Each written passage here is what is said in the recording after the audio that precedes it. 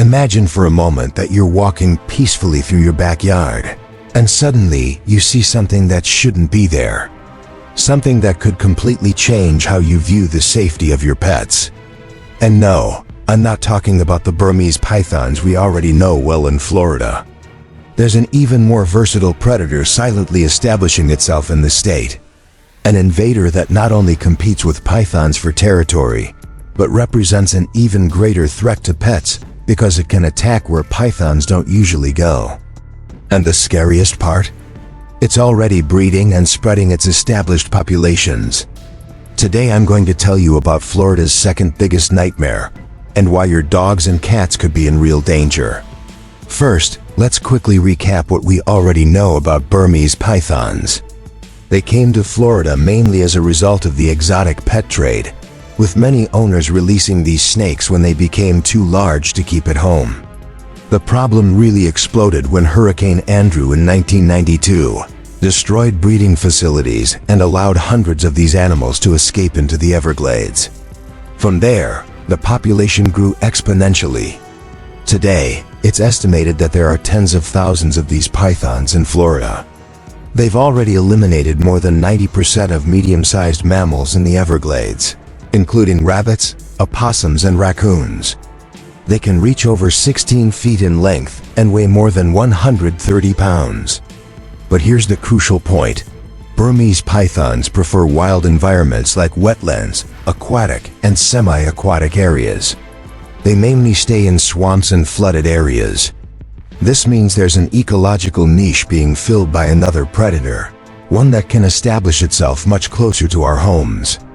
This second invader came to Florida in practically the same way as the pythons, through the irresponsible abandonment of exotic pets.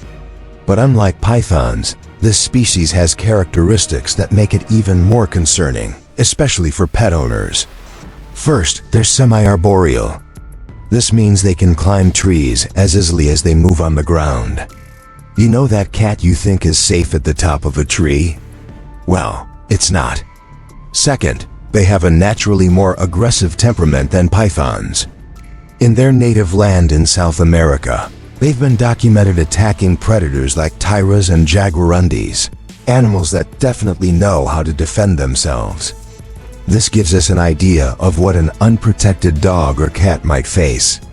Third, and perhaps most importantly, they've established themselves in urban and suburban areas, not just remote swamps. We're talking about a species that could literally show up in your backyard. The population has been established in breeding since at least the 1970s, mainly in the Miami area. But here's the really concerning part. They have a significant reproductive advantage over pythons. But before I reveal exactly what species I'm talking about, if you're finding this content useful, consider subscribing to the channel. Information like this can literally save your pet's life, and I constantly bring content about wildlife and animal safety.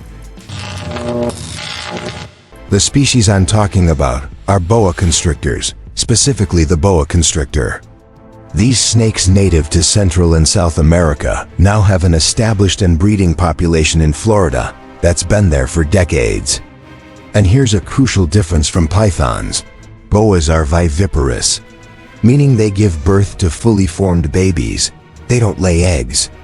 This means the babies have a much higher survival rate, as they don't need to go through the vulnerable incubation period in the nest. While a python lays eggs and leaves them vulnerable to predators and weather conditions, a female boa can give birth to between 10 and 60 babies, already capable of hunting and defending themselves.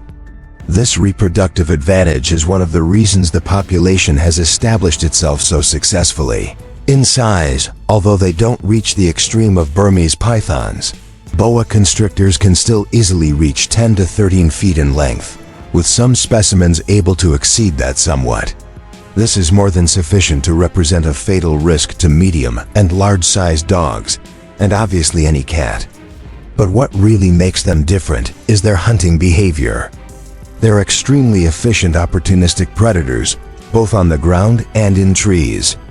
They can easily climb a fence, a tree, or even textured walls to reach prey. According to information from the Florida Museum of Natural History, larger specimens are totally capable of eating dogs and cats. And unlike pythons that usually attack prey on the ground or in water, boas can attack animals that are in trees, roofs, or other elevated structures. This represents a completely new risk for pets. A cat that escapes to a tree to flee from a terrestrial predator might end up finding a boa waiting up there. In the wild, boas are adding even more pressure on native fauna already devastated by pythons. They compete for the same food resources, but occupy slightly different niches, which means they're attacking species that manage to escape from pythons. Small mammals, birds, and native reptiles that may have developed strategies to avoid terrestrial pythons now face a predator that can reach them virtually anywhere. The semi-arboreal ability of boas means that bird nests, arboreal squirrels, and other animals that previously had height as protection are now vulnerable. It's as if Florida had gained not just one, but two different types of invasive super predators. Currently, boas are established and breeding mainly in the Charles Deering Estate area in Miami-Dade County. But several species are known or suspected to be breeding and appear to be spreading northward. The difference is that while pythons concentrated mainly in the Everglades, boas have established themselves in areas closer to civilization. This puts them in direct contact with pets and significantly increases the risk of dangerous encounters. If you spot a boa in Florida, the first thing to do is keep your distance and never try to capture the animal yourself. These snakes can be extremely aggressive when they feel threatened. The correct thing to do is immediately contact the Florida Fish and Wildlife Conservation Commission through the emergency number for invasive species. They have specialized teams to handle these situations. Keep your pets always supervised when they're outdoors, especially during the early morning hours and late afternoon, when boas are most active. Consider installing screens or higher fences around the areas where your animals play. And remember, never buy exotic animals without being absolutely certain you can care for them for their entire lifetime. Irresponsible abandonment is what created these devastating ecological problems in Florida. The invasive species situation in Florida shows U.S. how irresponsible human actions can have lasting and devastating consequences for entire ecosystems. Boas, along with Burmese pythons, represent a real and growing threat to both native wildlife and our domestic companions. Awareness is the first step toward prevention. Share this information with other pet owners in Florida, because knowledge can literally save lives. If you enjoyed this content and want to continue learning about wildlife and animal safety, don't forget to subscribe to the channel. And I've already left a special video as a gift for you right here on the side. I'm sure you'll love it.